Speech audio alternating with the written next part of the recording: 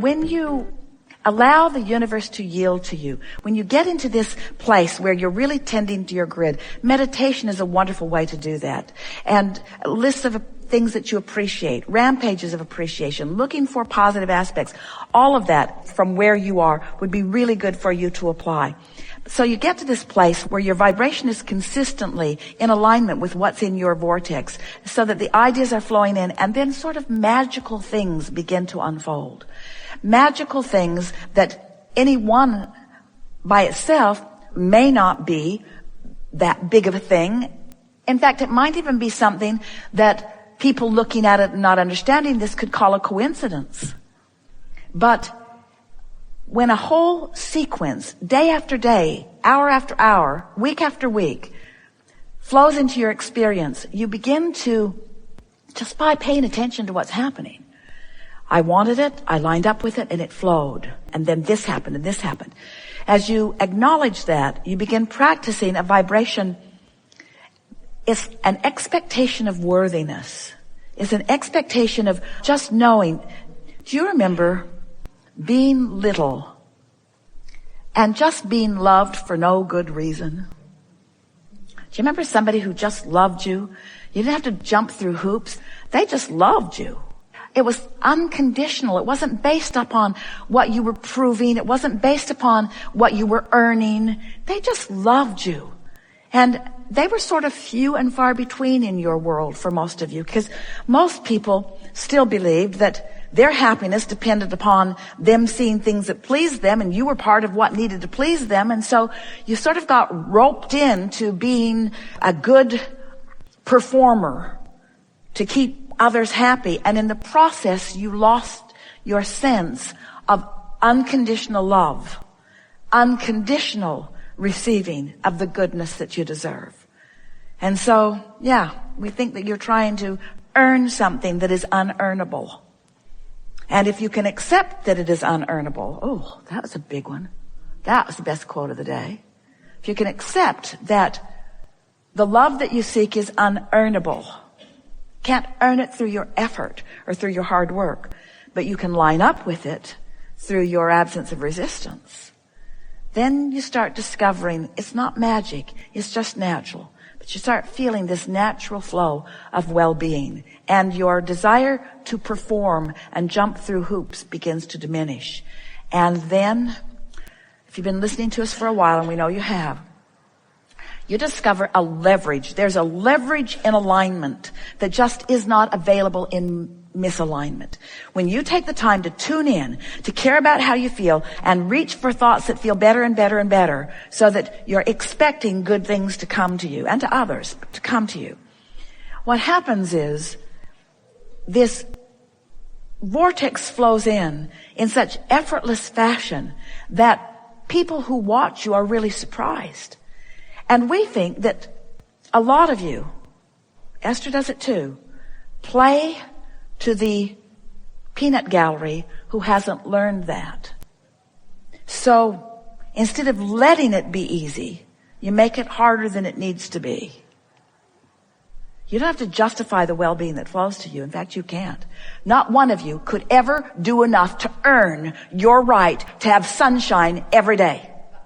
It's not on anybody's list. Not any of you are keeping track of the sun coming up. And even if you were, you couldn't control whether it does or not. And there's not enough that you could do or pay for the benefit that you receive from the sunshine that shines on this planet. There's nothing that you could do. It's just bigger. That reward is bigger than anything that you could earn. And on and on and on it goes. Your planet spins in its orbit in perfect proximity to other planets.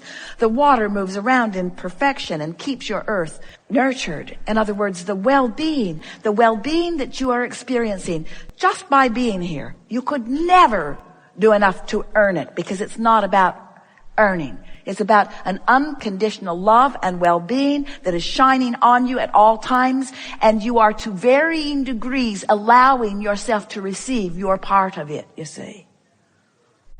As you focus on this energy and you recognize that it's in and out, in and out, in and out, in and out, in and out. So there's a balance that you're wanting to accomplish. For the most part, when people are experiencing negative emotion, that uncomfortable time before what you're wanting has manifested in a way that you can see it and believe it, it's almost always without exception because they are focused upon some sort of lack in a strong way. It's either a lack of money or a lack of time or a lack of space, a lack of something that they want. Time shortageness is something that in this very fast-moving environment, a lot of you are dealing with. And it's not because time has become shorter, it's because desires have become more. But that's really not the total answer here. Time hasn't become shorter, but it's not just because choices have become more, it's because focus has become diminished. Which is the reason that the idea of the torrents isn't such a good idea. In other words, the more that is out there, then the more watered down you become. If your phone is ringing 50 times a day, you're less productive than when it rang 5 times a day. If you're spending the whole day answering emails or getting on Facebook or trying to answer so many more people than you really want to have in your life at any point in time, you are creating for yourself a time shortage. But it's not the time shortage, you're creating for yourself a focus shortage.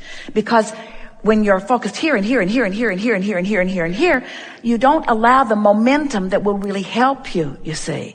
And so that's what you were describing to us, that when you step away from that feeling of responsibility, from that feeling that you gotta do it, and you step back into a place of more relaxed experience, your frequencies balance out a little bit because there's not so much frenzy, which means the resistance leaves them and your vibration raises, and then you allow the contents of your vortex to flow more comfortably into your experience. So there's been a long time debate, really an argument with humans about spirituality and materialism. And we say everything that is here is spirit. And so everything that you manifest is that. But the argument has also been about how much action should I apply, or how much thinking should I apply? Should I be meditating, or should I be working? Should I be trying, or and that was the reason that we began describing the 3 steps to creation. Of course, the contrast is going to force you to focus. It just is. You're going to focus, and desires are going to be focused into your vortex whether you know that they are there or not. But they are. They are the byproduct of life experience. They are the byproduct of the extraordinary exposure that you have to so much that is around you. So all of that contrast is putting all kinds of things into your vortex. So the faster life goes, the bigger the economy is, the more options that you have and the more experiences that you get to live, the more you put into your vortex and the faster that energy moves, which means it is more and more and more important for you to bring yourself vibrationally up to the speed of that which is in your vortex. But if you're trying to do it with action, if you're trying to do it with accountability or with responsibility or with diligence or with effort, what happens is you get into that time shortage mindset, because that's not the way the universe is established. This isn't a universe that is built with action. It's a universe that is vibrational, and the things that happen are about alignment with one thing or another. Alignment with things wanted and alignment with things not wanted. So as you are pretty clear that you've lived enough life and you're putting things into the vortex, those rockets of desires, it's certainly right. That's where goals go. I really want that, and I really want that, and I want to meet this quota, and I want to do this more than I did last month or last year. All of that is the byproduct of exposure to life. But once it's there, leave it there. Don't keep beating the drum of the question. If you keep asking the question and asking the question and asking the question and asking the question and asking the question and asking the question and asking the question, you are never, ever, ever, ever, ever going to hear the answer. Give it a rest. We heard you the first time. So once you've asked the question, once you know what you want and you've put it there, now it is time to prepare your grid by making sure that you're expectant, by acknowledging. You said several things. It always comes, but you also said it always comes hard. So you've got 2 expectations that are converging, that are giving you what you want the hard way. So it's time for you to start saying what you want, but start putting easier dialogue around it. It always comes, I don't know why I sweat it. That's a really cute thing you're talking about, being the bitchy place in the hallway, but it does not serve you. It doesn't serve you. It's really funny. It got the best laugh of the day, better than ours, and we were a little irritated.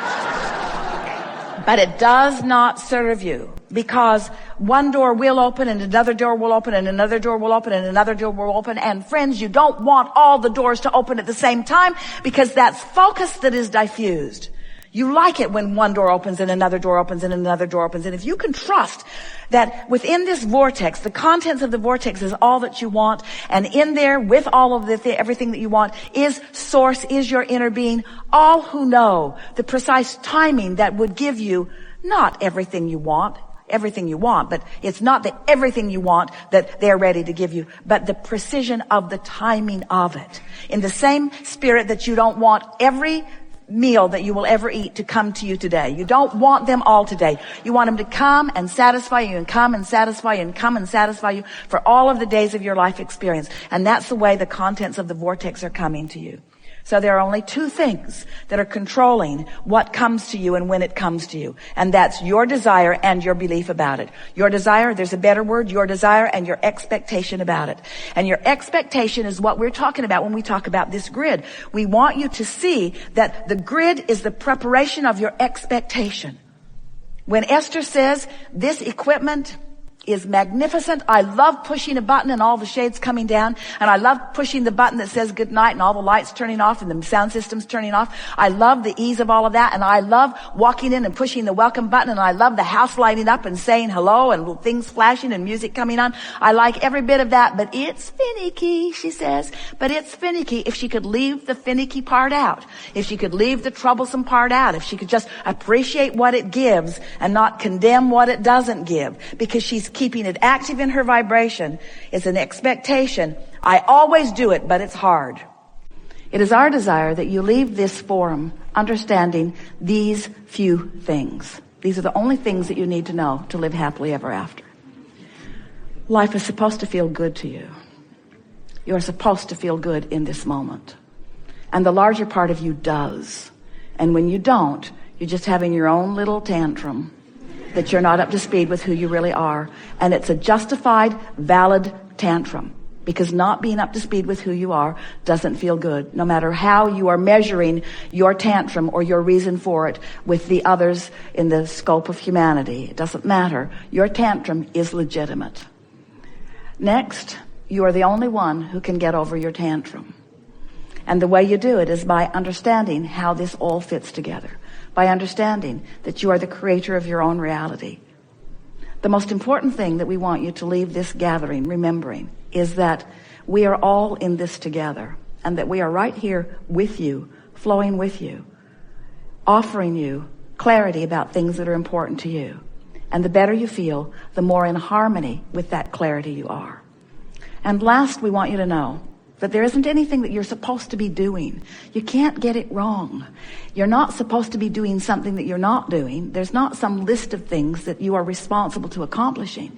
It's just that you really intended this to be a wonderful time. It's like going on vacation and planning it to be really good, and when it doesn't turn out good, you say, something was really off about that. And that's as big as it gets. In other words, you're supposed to feel good, and when you do, everything is right in your world. And from our perspective, everything is right in the universe. There are a lot of people who are wanting to hold themselves and you to other standards. And when you stand in appreciation of them in their differences, and in appreciation of them coming into alignment in whatever way they do, your world will go better, and so will theirs. There's not one way of going about this. There are a lot of ways of going about this. And you didn't come to all want the same thing. You came to focus in different ways in order to add to the clarity of the whole. And so those people who differ in their beliefs or even in their intentions from you are really your best friend, because they cause you clarification. They cause all of us clarification. And they are part, as you are, an important part, a reason for the expansion of the universe. So be easy about this. If we could do one thing for you now, it would be, we would zap you so that you sort of forget about everything that we've talked about. except that you're supposed to feel good and to go.